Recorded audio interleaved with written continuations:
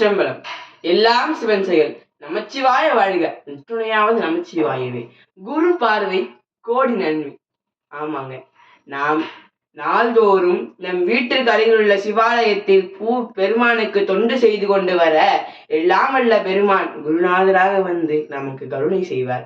அடியேன் வாழ்வில் குருநாதர் செய்த கருணைகளும் அவர் புரிந்த அருளும் எனக்கு ஏராளம்ங்க.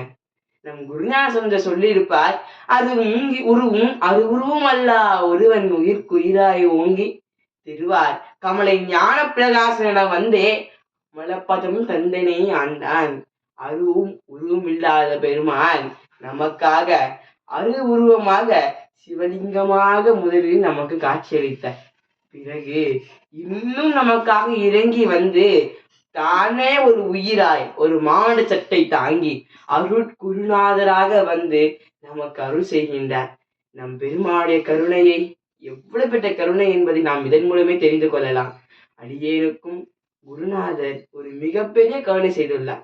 அது என்ன என்றால், திருவாரூரில் தேவாசிரியர் மண்டபத்தில் குருநாதர் பெருமான் அடியேனுக்கு ஒரு பெரிய அருள் செய்தார். அது என்ன என்பதை அடுத்த பதிவு சிந்தனை செய்வோம். திருச்சிற்றம்பலம்.